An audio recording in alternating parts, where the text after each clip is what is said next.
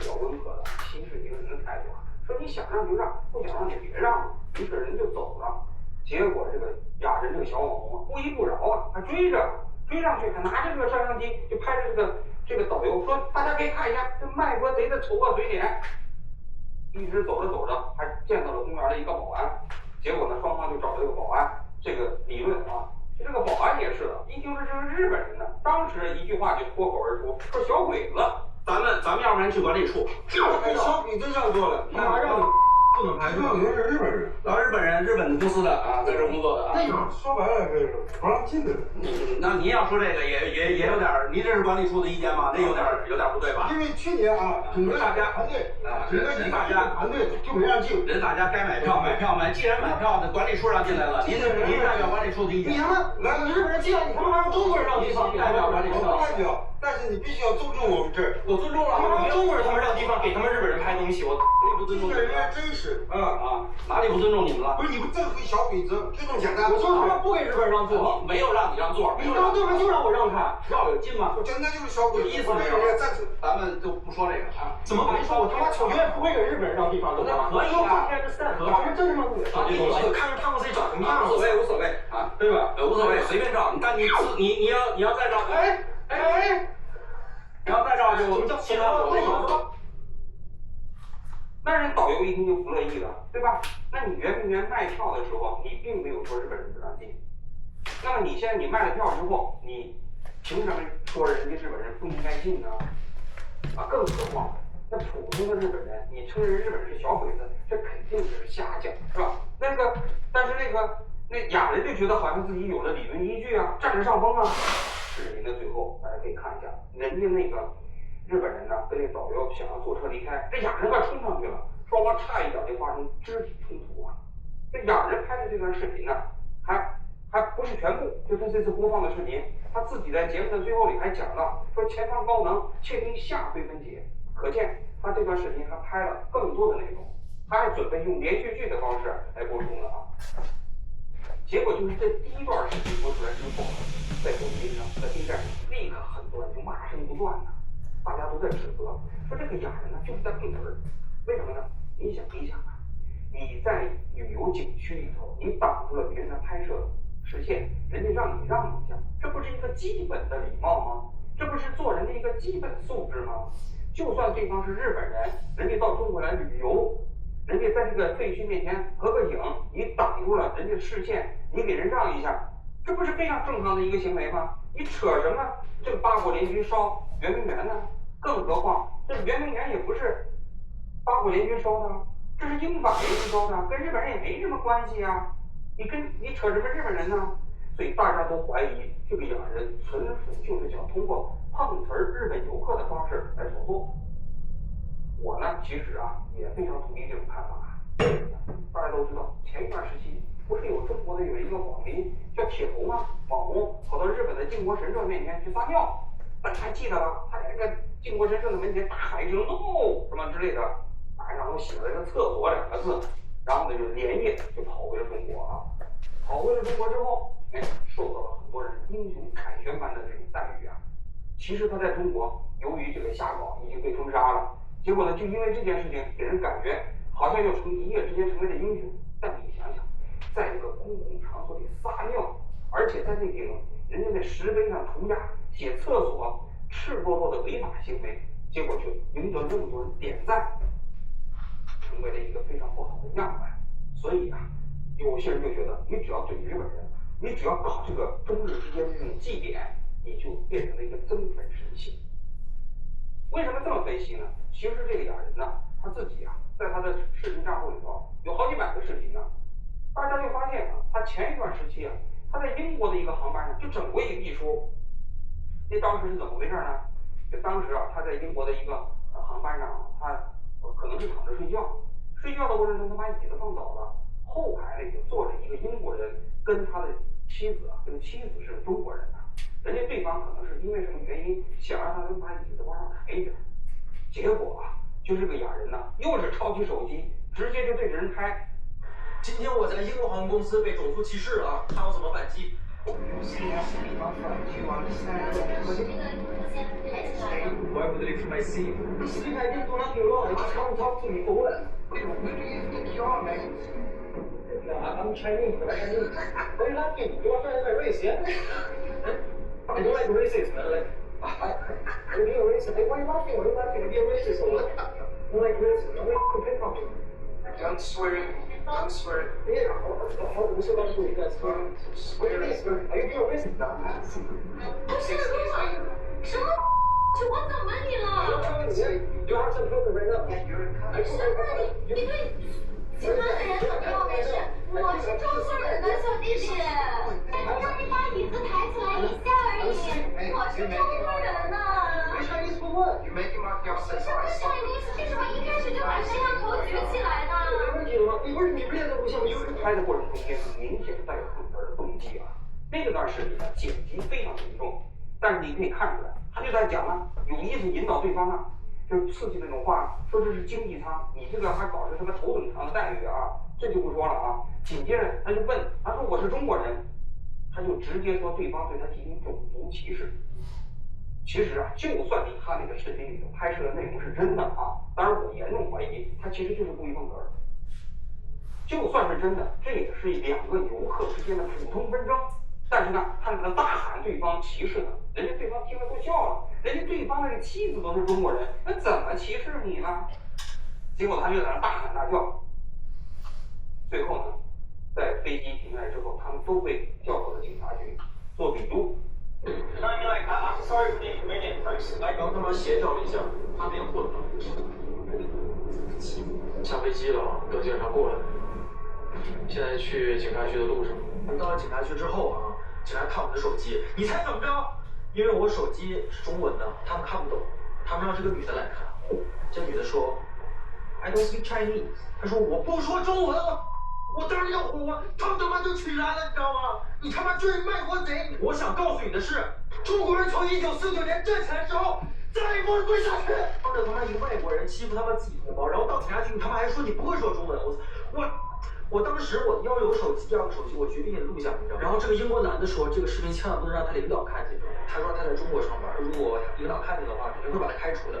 你他妈也知道你做的不对呀！啊！然后他们还威胁我让我删视频，但是我跟他们说这个视频我不可能删。他们后来把我关到小黑屋里，然后在外面查我的手机。但是我跟你说，我不会因为这个害怕的。幸亏我一下飞机的时候就开始上传到云，然后到警局的那一刻，视频刚好全部上传完成。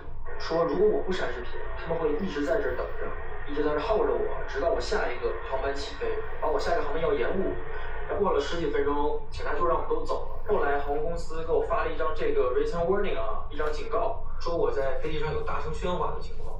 但是我想告诉你的是，中国人从1949年站起来之后，再也不会跪下去。我不是任何人践踏我们的尊严。我看到这一段，我觉得实在是太抽象了啊！就他这个视频表演的实在是太夸张，这都哪儿的？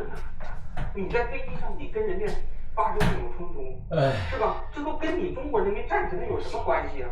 事后他还又发了一段视频，后续大家可以看一下。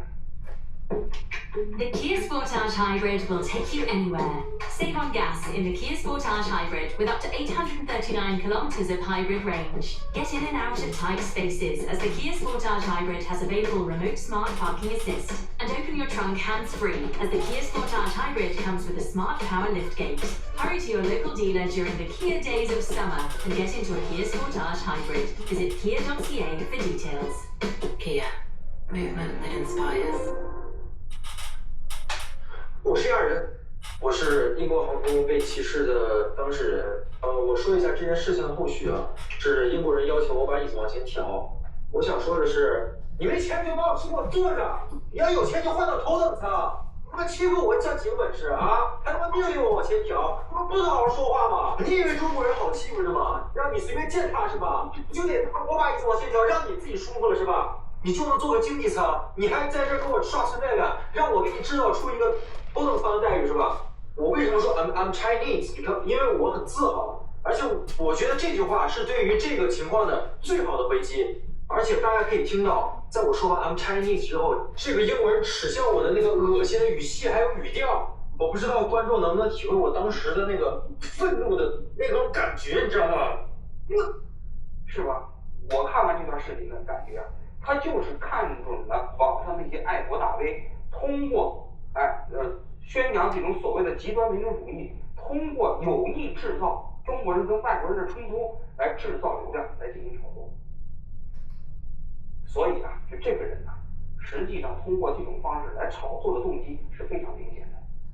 但是他为什么没有获得网民的点赞？就他做的实在是太过了。因为他当时搞这个英国航班的事情的时候，搞完之后就没有用。他想营造一个英国人对他进行种族歧视，他要维护中国人的形象，那种形象没人买账。于是他就可能想到了英国人不行，英国人中国人对他们好像没有那么强烈的反感。但是日本不是一样啊，日本中国这中日之间的关系大家都知道，到处都是祭典呐，连铁头干这种撒尿的事情，是吧？他都可以获得流量，都能赢得很多人点赞。于是他这次可能就专门盯上了日本人，所以我猜他就是到圆明园专门去碰瓷儿的。但是因为他搞得太过了，所以很快网民就开始扒这个人，就是这个雅人这个人呢。首先呢，有人就讲了，这雅人这个词啊，就是日本动漫中间的一个形象。你平时以雅人这个一个名字来给自己做网名，说明这个人非常喜欢日本动漫。大家都知道我的名字叫亚人，我为什么起这个名字呢？因为亚人是亚洲人的意思，而且亚人也是一个动漫人物，它代表着永生不死，不可被打倒。结果呢，他又冲到日本人身上去碰瓷儿，你想想，这不是矛盾吗？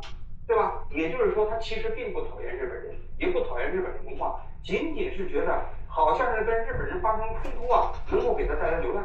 这第一。第二，很快又有人发现了，这个哥们儿啊，在原先在巴黎的时候就在教一个女的中国女生怎么逃票。有一位粉丝联系我，他说刚来法国，不知道法国贴怎么做。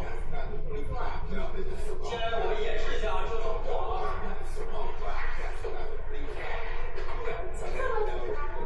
来，下给你啊，手一撑就行了，绕过来。对，漂亮。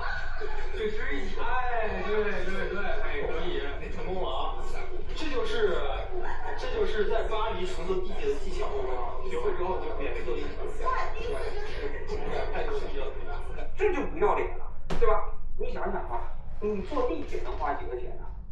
然后在坐地铁逃票不说，逃票的过程中还教唆别人逃票，教唆别人逃票之后还不以为耻，反以为荣，说这就是正确的这个存地址的方式，这不就是流氓吗？是吧？而且啊，这还没完，很快又有人接着去扒这个雅人啊，他其实不仅仅是教唆别人地铁逃票啊，搞这种炒作，他在2019年的时候，在美国还犯下了刑事犯罪。就是这个雅人呢，他的真实的名字叫李高阳，他是2018年秋季啊，到美国洛杉矶加州大学的尔湾分校去留学啊。结果呢，他到了尔湾分校，很快他就开始干各种各样的这个不法的事情啊。他就在聊天软件上，认识各种各样的女孩子。认识完这些女孩子呢，他有的把这些女孩子约到自己的住处，有的呢到这个女孩子的住处强迫跟这些女孩子发生性关系。据说受害者有10个人之多，短短几个月的时间。然后呢，他有的还把这个视频拍下来，威胁这些女孩子，说你如果要是不给他钱，他呢还要把这些私密的视频就公布出去。那些女孩子呢，有些人受了这个性侵之后呢，就不敢声张，但是最终呢，有2、3个人出来之后就指责他，最后就报警了。报警之后呢，这个李高阳一看不对就想逃跑从美国坐飞机跑回中国结果就在洛杉矶的机场被美国的警方给拿下来，这个关系最后呢，据说是他的父亲交了100万美元的保释金，然后呢，他才是被保释出来的。那么过了一段时间呢，美国的这个法院最终审判了他这个案子。由于这个受害者有很多人不愿意出来指证，觉得可能就这个事情非常丢人嘛，然后呢，或者是出于自己这种名誉的考虑最终在法庭上跟这个李高阳对峙的只有2名受害者，所以证据不是特别的充分最后法院就判处了这个李高阳2年的有期徒刑。这之后呢，李高阳就消失在人群里。等他再出现在公众视野的时候啊，他已经到英国去留学去了。当然了，当这个网民啊发出这个李高阳就是哑人之后，这个哑人呢并没有承认啊，他只是第一时间把他这些所有社交账号的视频都删掉了，然后这个人呢就消失不见了啊。但是在我看来啊，这网民发出这个李高阳就是哑人呢，应该说是证据很充分。为什么呢？因为当时这个李高阳啊，在美国性侵这个事件被爆发之后呢，当地的媒体都做了报道，既有一些自媒体，也有一些国内的正规的这些传统媒体啊，比如说凤凰网都做了报道啊。当时做报道的时候就讲这个李高阳啊，在 Instagram 上有一个账户，这个账户上他自称他的英文名是 Gary， 而这个哑人呢，在境内的账户里头，他的英文名字也叫 Gary， 名字是一模一样。而且在那 Instagram 上那个账户上，他播放了很多这疑似李高阳的很多这种跑步的视频，在地上滚来滚去的啊。然后在境内这个账户上呢，他也放了很多类似的视频。从这视频比较来看啊，这两个人呢长得确实是非常像，感觉就是一个人。我们亚洲人为什么会遭遇这么多的歧视？关注我的粉丝应该知道我是练跑步的。其实，在跑酷圈里，我也遭受了很多不公平的待遇。很多什么聚会之类的，英国人都不会叫我去。我自己一个人在英国和这身边这么多外国人一起训练，我从来没有一次怕过他们，我从来没有一次畏手畏脚。他们跳过去的，我大部分的也都跳过去了；他们做过的挑战，我大部分也都做过了，你知道吗？我不会因为这个害怕的。所以种种迹象表明啊，就是这个在圆明园里头碰瓷日本游客的这个所谓的爱国网红啊，其实在美国就是一个强奸犯。证据非常确凿，所以当这个信息被扒出来之后，应该说是舆论哗然的。大家都在说什么？他说：“你看看，现在都是什么人在吃爱国饭，在吃爱国流量？这个铁头当年就是非法拘禁、开设赌场，就是一个刑网释放人员，然后到日本去撒尿，然后呢去涂鸦完回国之后呢，马上就去敲诈勒索。大家都知道，前一段时间他因为敲诈勒索已经被警方抓起来。”而这个李高阳呢，而这个哑人呢，在美国就是一个强奸犯呢。这只有这样的人现在才吃爱国饭。这你想一想，不是有人经常说那句吗？说这个爱国主义就是流氓的最后的庇护所。现在可不就是这个爱国主义的庇护所里头全是流氓吗？所以就在昨天呢，人民日报下面有一个叫《环球人物》的杂志啊，专门发了一篇文章，说在中国啊，盲目拍卖没有土壤。是吧？民族大义啊，不是什么流量什么的密码，就明确的开始跟李高阳和哑人这样的人进行切割。他在文章里头讲了一段话很有意思，他说我们国家现在正在开放什么77小时、144小时的外国游客免签政策，其中也包括日本游客。这些日本游客到了中国来以后啊，都看到了祖国的大好河山，结果你可以看看这个。哑人这种人，这种恶意炒作的行为，实际上就是对中国形成这样一种破坏。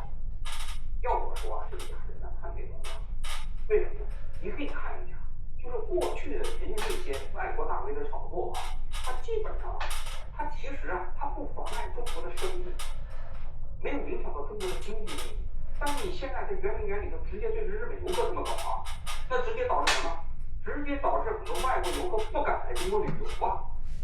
在中国常住的大部分的日本人对此事表示担忧。请问中国外交部对此有何评论？首先我不太了解你提到的具体情况，对于个人的言行我也不做评论。但是我可以告诉你的是，中国是一个开放包容的国家，我们不会针对任何特定的国家采取歧视性的做法。那现在大家都知道，整个中国的经济不是特别好。中国为什么要开放144小时免签？其实就是希望让外国人到中国来旅游，来拉动中国的这种经济需求嘛。那你现在这么一折腾，外国人都不来了，那你这不是给党和政府上眼药吗？所以可收拾你。还有一点，我个人就觉得，就是他们这个爱国大 V 的这种没有下限的嘴脸，把中共也给吓坏了。为什么呢？因为你一般来讲，这个爱国大 V 啊，大家都知道他们无耻啊，就像网上那些什么司马南呐、什么地瓜熊老六啊这些人，大家都知道臭名昭著啊，全补教嘛。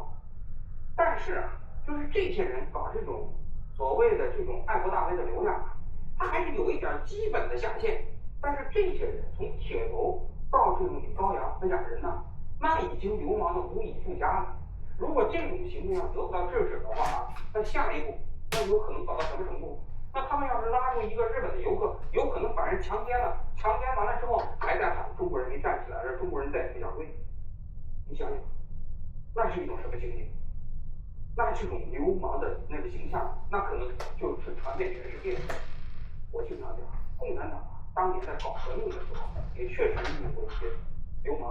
你比如说，在搞土改的时候，很多村子里头，那土改让那个农民呐去斗地主、斗富农，很多农民乡里乡亲呢也不愿意斗啊。所以很多土改的地方就是先发动流氓无产者，其实就是村子里的地痞流氓去先把那地主打一顿，有的打死，打完再把他姑娘抢走，是吧？那就是利用这个流氓去干革命。干革命的时候你可以利用流氓，但你现在搞经济建设的不行啊。所以他们这种流氓无下限的手法，应该说是把中共政府都给吓跑，所以才有这篇这种所谓的社会文章出来，就是说要跟这些所谓的流氓爱国者的划清界限。但紧接着我们就要问，那为什么就不断的会出现这种爱国流氓或者流氓爱国者呢？我觉得网上有一个分析说挺有道理，他说这就是一种所谓的网上的爱国大 V 的恶性竞争。因为啊，这个市场就这么大，那些爱国大 V 呢，已经占据了他们的那个咖位。那占据了这个咖位之后呢，又可以流量带货，然后还可以通过这种流量变现，生活的很舒服啊。像这司马南呐，像什么地瓜熊老六啊，他们都能获得一些好处啊。但是呢，很多人还想继续也挤到这个市场里分一杯羹啊。但是呢，可能又没有什么本事，因为你要找准中共想要的那个绩点，你还得踩准那个位置，其实也是需要有一点技术含量，不是说你声嘶力竭喊上去，你就可以一定成功。那么于是呢，它就导致了一种恶性竞争，就是大家都知道，你只要去怼日本人，你只要刺激中日关系，就有可能成功。那既然比不了正规的这样的一个手段，那怎么办呢？就下三滥了，就越来越从下三滥下去啊，所以拉屎啊、撒尿就全来了。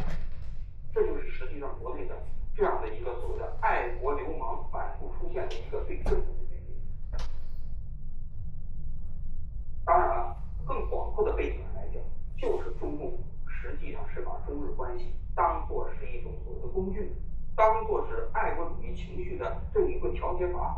当他需要的时候，就搞老百姓全部去仇日；当他不需要的时候呢，他又说这是中国没有防护排外的土壤。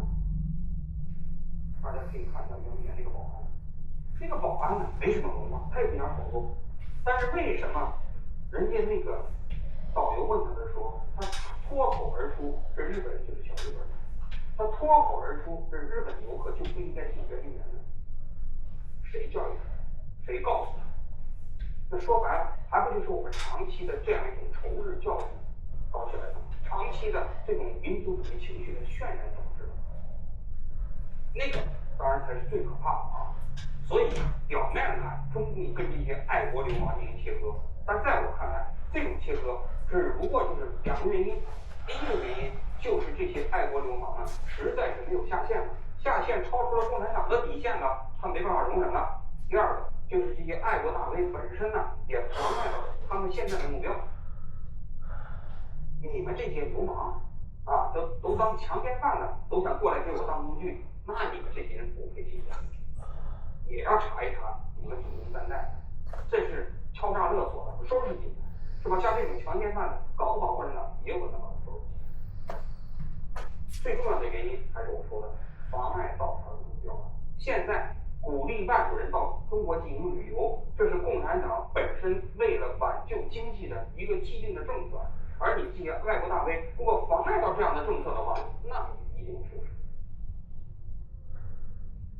但是呢，那我最后还想说的是，如果这样一种仇日教育的土壤没有被破除，如果这种长期以来的把这种中日关系当作是一种工具的这种所谓的对外政策没有破除的话，那这种爱国人还会。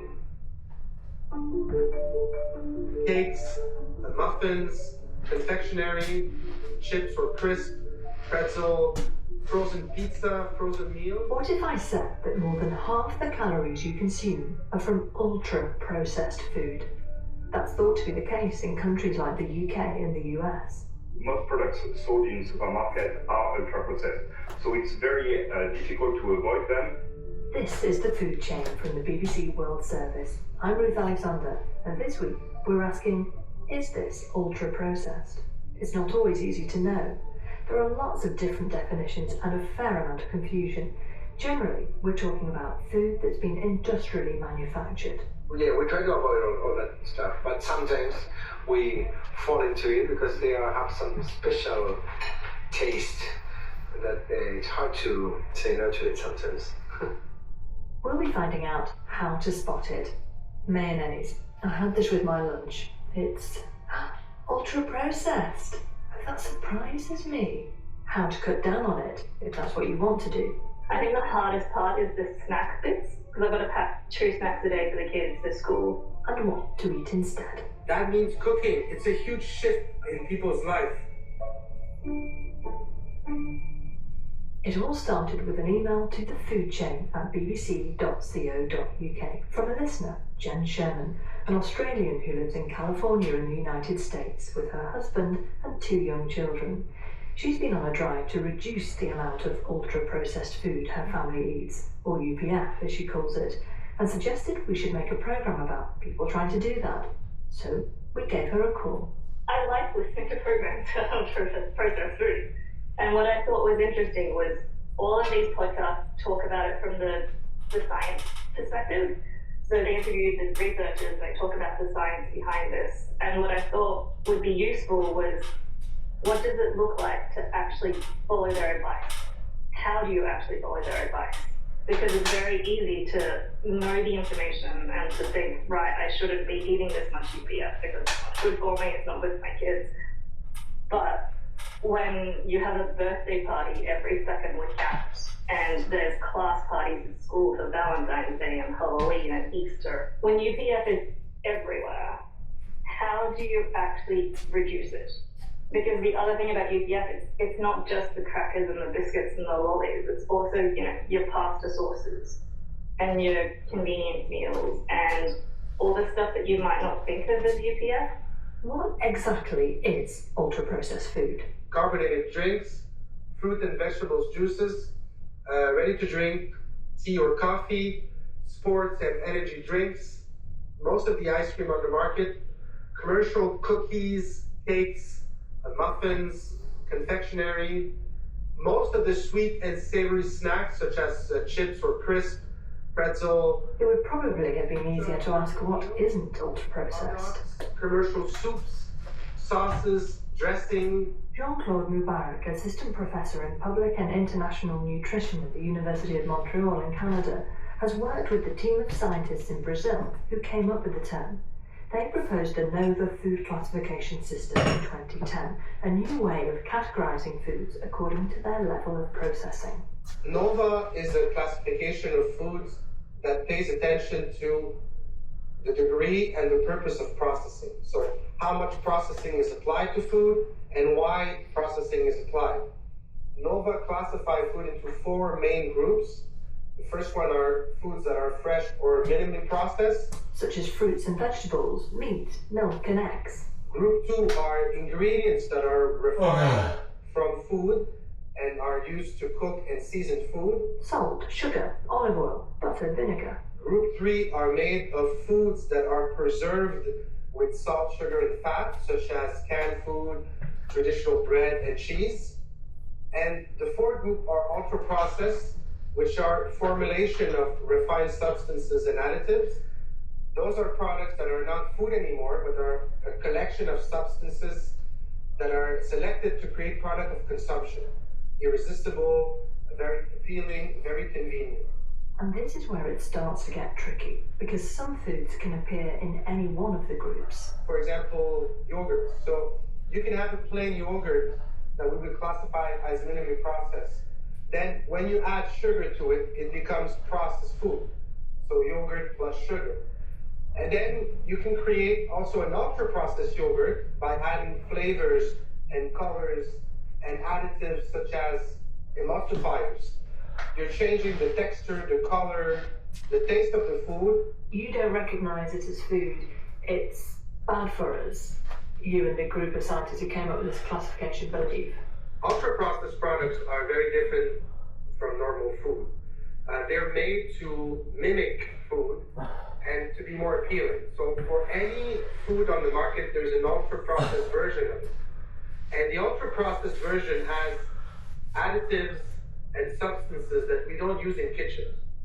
The positives of processing is that it can make food cheaper, last longer, look and taste appetizing, but it may not be good for us.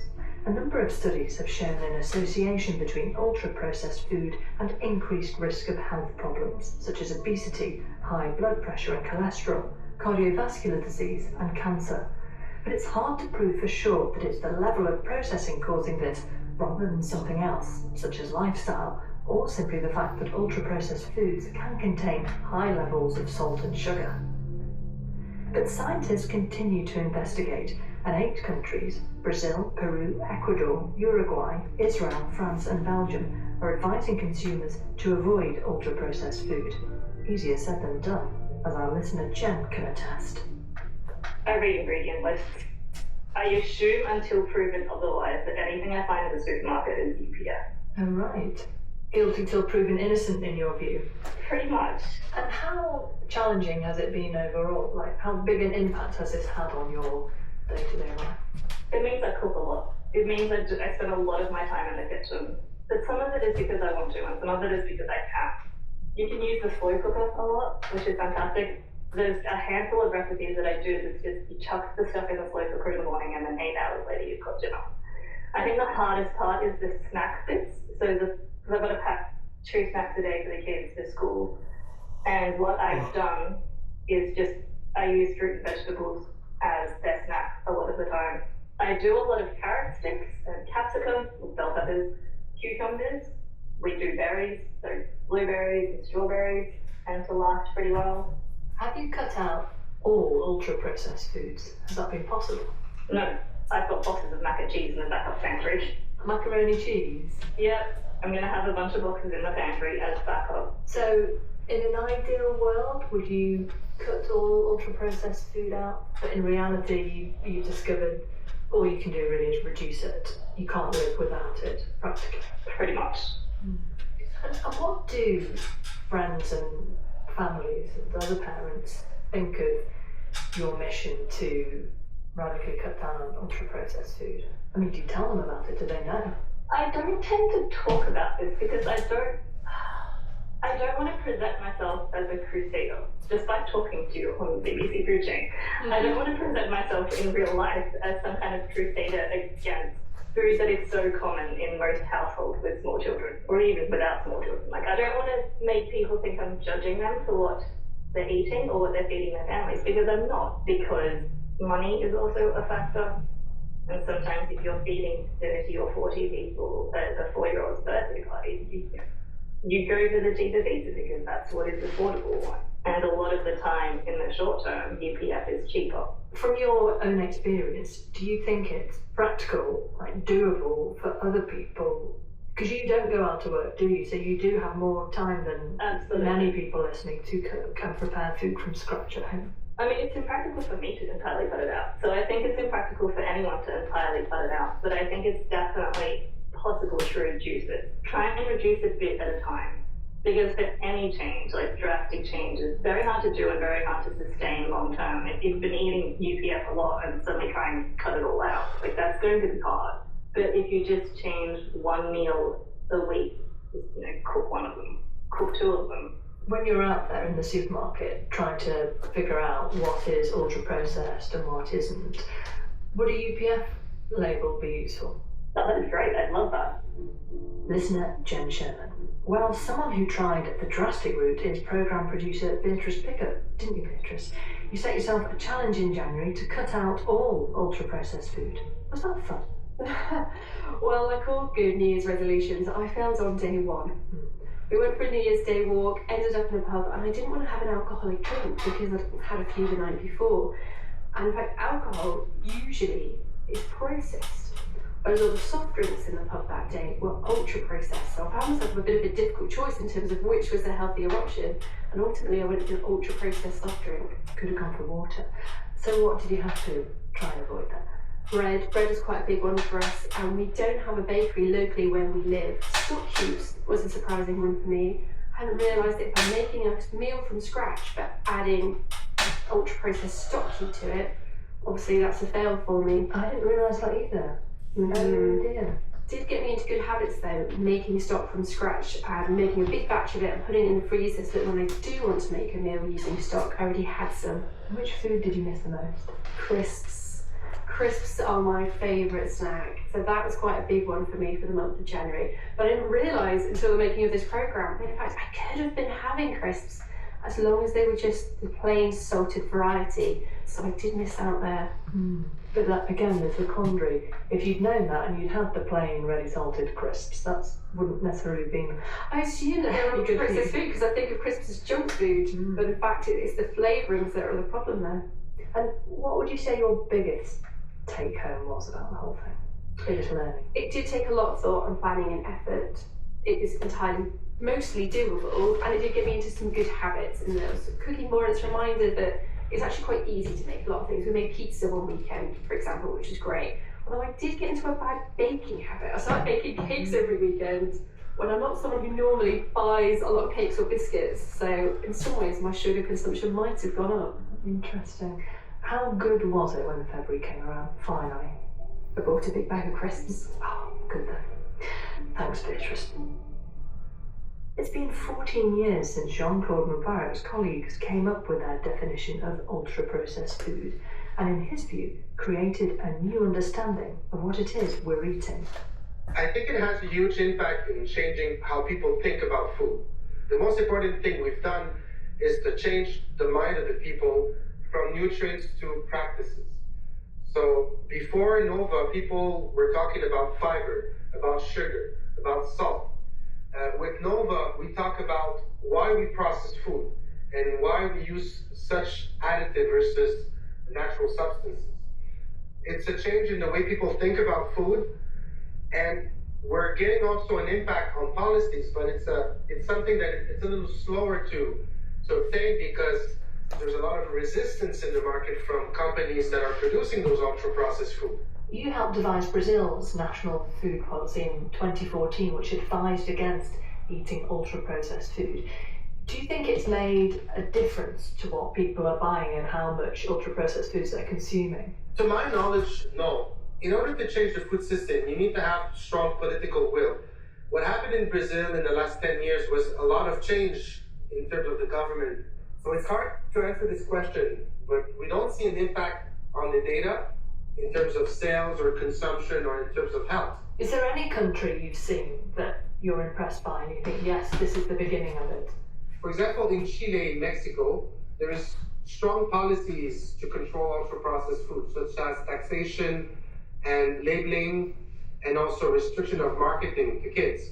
In those countries, they have shown some impact on reducing sales and consumption of ultra-processed food. In many countries, you can find nutrition labels on the front of food packaging, but Chile is one of the few to make them mandatory. In 2016, it said that foods with high levels of added salt, sugar, and saturated fats, or with a high calorie content, must carry prominent warning labels. In light of these changes, our reporter Jane Chambers has been talking to people about the decisions they're now making about what food they buy. I'm in the local supermarket on the outskirts of a seaside town called Quintero, and it's full of produce. There's bread, cereals, chocolate, crisps, coffee, all the usual things you would normally see in a supermarket. And I found a shopper willing to talk to me. Your name is? Hi, listen. And we've got these black labels that they put on food here in Chile that's been on it for quite a few years now that show if it's high in salt or sugar or fat. When you're buying, are you aware of the labels? Do they make a difference to what you buy? Yeah, now it does make a difference for me, and we really try to avoid that. But anyway, when we're in a hurry, I think we just pick the things that we know already and the things that we like. So do you sometimes forget about the labels if you're in a hurry? Yeah, it really does. Yeah, because it's, I think there's also all the tasty food and all the nice food that normally the kids like is like full of labels and sugar and all that things. So it's a kind of ultra processed food that they like. Yeah, so even you try to avoid it, it's easier to buy, and most of the people will buy that kind of food because it's cheaper. What about since the labels have come in, have you been surprised that some food you might have thought was healthy hasn't been as healthy as you think? The cereal bars, and the things for the lunch for my kid. I used to think that it was healthy, but now I realize since the labels that there's not really healthy. I'm off now just a couple of miles down the road to the beach to meet another parent who I know is interested in the labels and what's going on with ultra-processed food and what he feeds his children. You can probably hear the sounds of cooking. That's because Diego Arenas is busy making lunch for his two children, Gaston and Emma. It's smelling good. Got fish for lunch with garlic. Yeah, garlic and ginger. When you're making things like lunch for your children, feeding your children, what kind of things do you like to cook for them? They always want to have something really sweet and the usual stuff that they see everywhere. So it's not easy not to give them an ice cream or lots of sweets and stuff. So we try to make them buy some sweet and healthy things. Natural ice creams and things from fruits.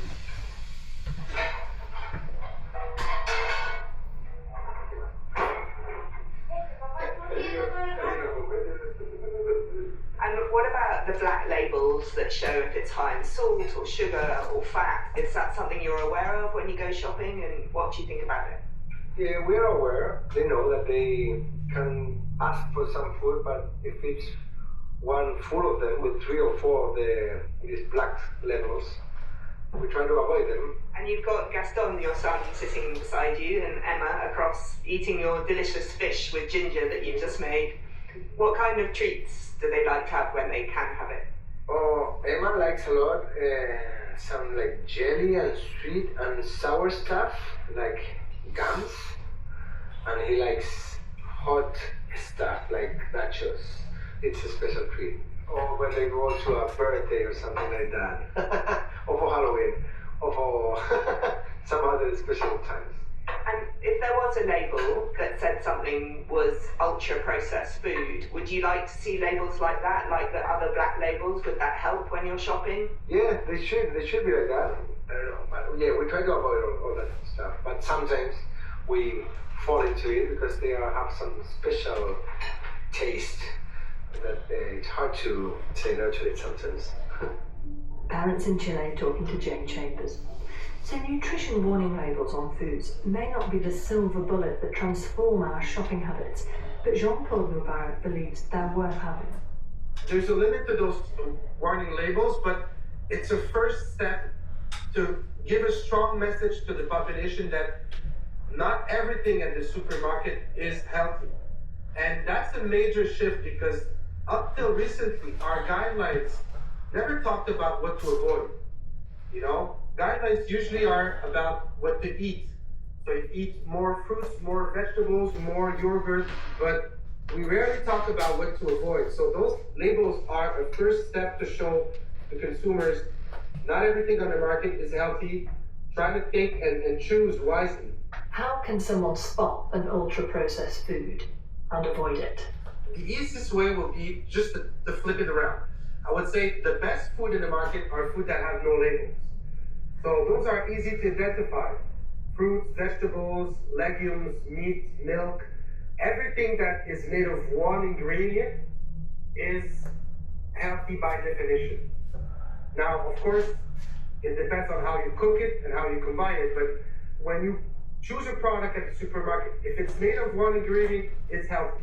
Then, when you go into those products that have a list of ingredients, try to choose a product that have the most simple list of ingredients and avoid those that have ingredients that you don't use in your kitchen. When you don't understand the list of ingredients, then leave it aside and go for a product that has a list of ingredients that you recognize. I noticed that there are some foods that would be classified by your system as ultra-processed foods that actually there's an important need for. Baby formula is one. Gluten-free products are important for some people with celiac disease, for example. I mean, there is considerable debate about all this, isn't there? When we talk about celiac disease or you know, in this case of milk formula, to me, these are miracles that saves lives, but I see this as medicine. When you cannot give breastfed milk to your kid, then you need an alternative. And what we have is milk formula, which is the next best thing we have. But to me, it's a medication. Do you manage to avoid ultra-processed food entirely? So what we try is not to bring them at home. So it's not part of our regular pantry. But do we sometimes consume them outside the house? Yes, because we do live in society like everyone else. Jean-Claude, you're back. In my house, we cook most meals from scratch, so I have presumed that I don't eat much ultra-processed food. But let's see now. I've downloaded an app that says it can tell me how good the nutritional content of a product is and whether it's ultra-processed. So here on the countertop is wholemeal sliced bread.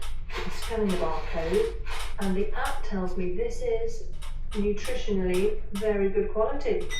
But oh, it's ultra-processed. Confusing.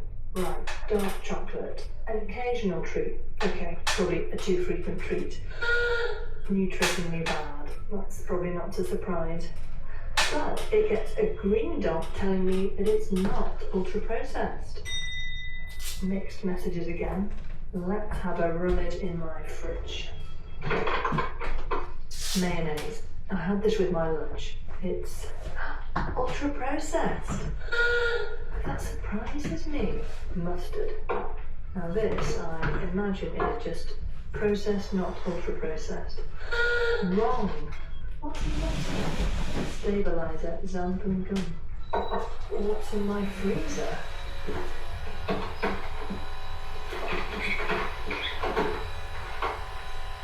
Fish fingers. I think of this as making a healthy meal. Yep, nutritionally good. And ultra-processed. What's for dinner tonight then?